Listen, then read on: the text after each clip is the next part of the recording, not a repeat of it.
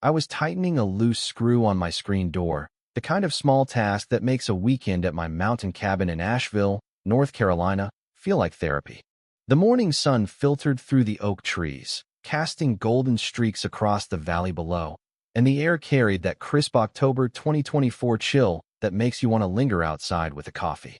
I'd bought this place 6 months ago, a cozy retreat from my day job at the county clerk's office, where I spend hours sifting through property deeds and zoning disputes. My name, Ethan Carver, is carved into a cedar plaque above the door, a quiet badge of ownership I'd earned through years of saving.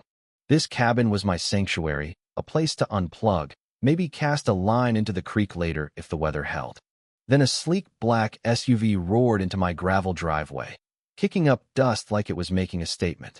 A woman stepped out, her designer sunglasses glinting like they cost more than my monthly mortgage.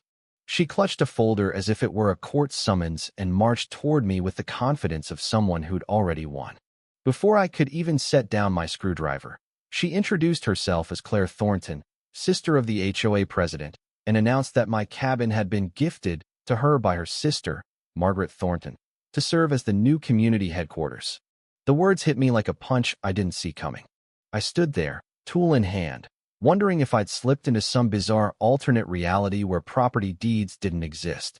Claire didn't wait for me to process. She started pacing my porch, snapping photos with her phone, rattling off plans for paint colors and a community bulletin board like she was designing her dream home. Her outfit screamed money-tailored blazer, heels that had no business on a gravel path. I scanned the tree line for a hidden camera crew, half expecting this to be some elaborate prank. No luck. She was serious, talking about new locks being installed by Monday and how the cabin would host neighborhood meetings.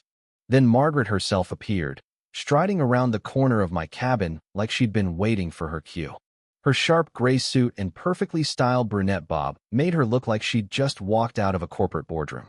She carried a clipboard stacked with official-looking documents, complete with legal letterheads and stamps, angled just so I could see them. Her tone was patronizing, like she was explaining multiplication to a slow kid. She claimed this was an official HOA decision for the community's benefit and that I needed to cooperate immediately. I pointed to my name on the cedar plaque, but she waved it off like it was a cheap decoration, not proof I owned the place. My stomach twisted. This wasn't just entitlement, it was something calculated, something dark. Working at the county office, I've seen every kind of property dispute, messy divorces, boundary feuds, you name it. So I knew something was off. The way Claire and Margaret had rehearsed answers for every question I threw at them. The fact that Claire already had contractors lined up, it screamed premeditation. When I pressed Margaret on her legal authority, her eyes darted to her clipboard, avoiding mine. Claire's confidence felt like a performance, like she'd practiced this speech in front of a mirror. Then I overheard Margaret whisper to Claire when she thought I was out of earshot.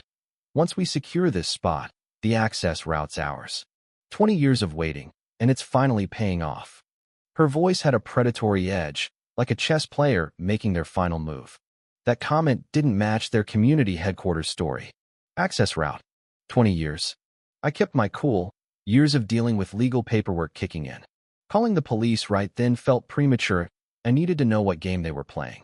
That weekend, I holed up in the county office, the only sound the hum of computers and the occasional footsteps of the security guard. Using my access to the databases, I dug into Asheville's development history and HOA records. Buried in a zoning amendment from 3 months ago, I found it, a proposed highway ramp cutting straight through my property like a knife. The timing was too perfect to be a coincidence. This wasn't about a community bulletin board, it was a land grab tied to a multi-million-dollar development project. My cabin sat at the critical junction for this ramp, giving the owner leverage to negotiate easement fees worth hundreds of thousands. I found an old 1960s HOA rule about community resource reallocation, but it explicitly excluded private homes without owner consent and fair compensation. Margaret's claims had no legal ground. The more I mapped out the county's highway plans, the clearer it became. Margaret wasn't just after my cabin, she was positioning herself to profit massively from the development. By Tuesday, I got a notice about an emergency HOA meeting that night, rushed in a way that felt designed to catch everyone off guard. The community center was transformed into a corporate showroom, professional charts, a laser pointer, glossy binders for board members. Margaret ran the show like a CEO, tossing around buzzwords like optimizing community assets without explaining what they meant. Two new board members raised red flags. One fiddled with a drone remote. The other asked if I had permits for solar panels I didn't own. It felt like harassment dressed up as procedure. Claire sat beside Margaret, sketching floor plans as if the deal was done. I took notes from the back, watching the other board members squirm, too scared to challenge her. I'd already emailed my evidence deeds, tax records, insurancito myself, and backed it up in secure locations. When I stood to question Margaret's legal basis, her friendly mask slipped, revealing a cold, calculating edge. She slapped me with a $500 daily fine for noncompliance and gave me a week to comply. After the meeting, I watched her linger in the parking lot, staring at my cabin, taking photos of sightlines like she was already building her empire in her head. Frank Larson, the oldest neighbor on the ridge, showed up at my door the next day, pale and urgent. "They pulled this before," he said, handing me a worn folder. Inside were records from 2001. Complaints against Margaret for targeting the Wilson family with fake HOA violations and forged documents. The county had slapped her with a 10-year ban from property-related roles, which had expired just months before she targeted me. Frank had kept quiet, collecting evidence, waiting for someone to fight back. His folder was a gold mine proof of a decades-long pattern of abuse.